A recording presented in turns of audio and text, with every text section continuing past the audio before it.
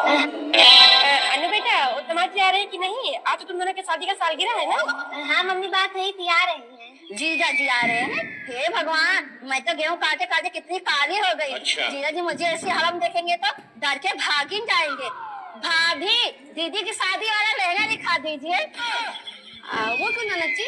अरे भाभी, जीजा जी आ रहे हैं, थोड़ा मुझे भी तैयार होना पड़ेगा। अरे मेरे मतलब जीजा जी आ रहे हैं, थोड़ा मैं भी तैयार हो जाऊं।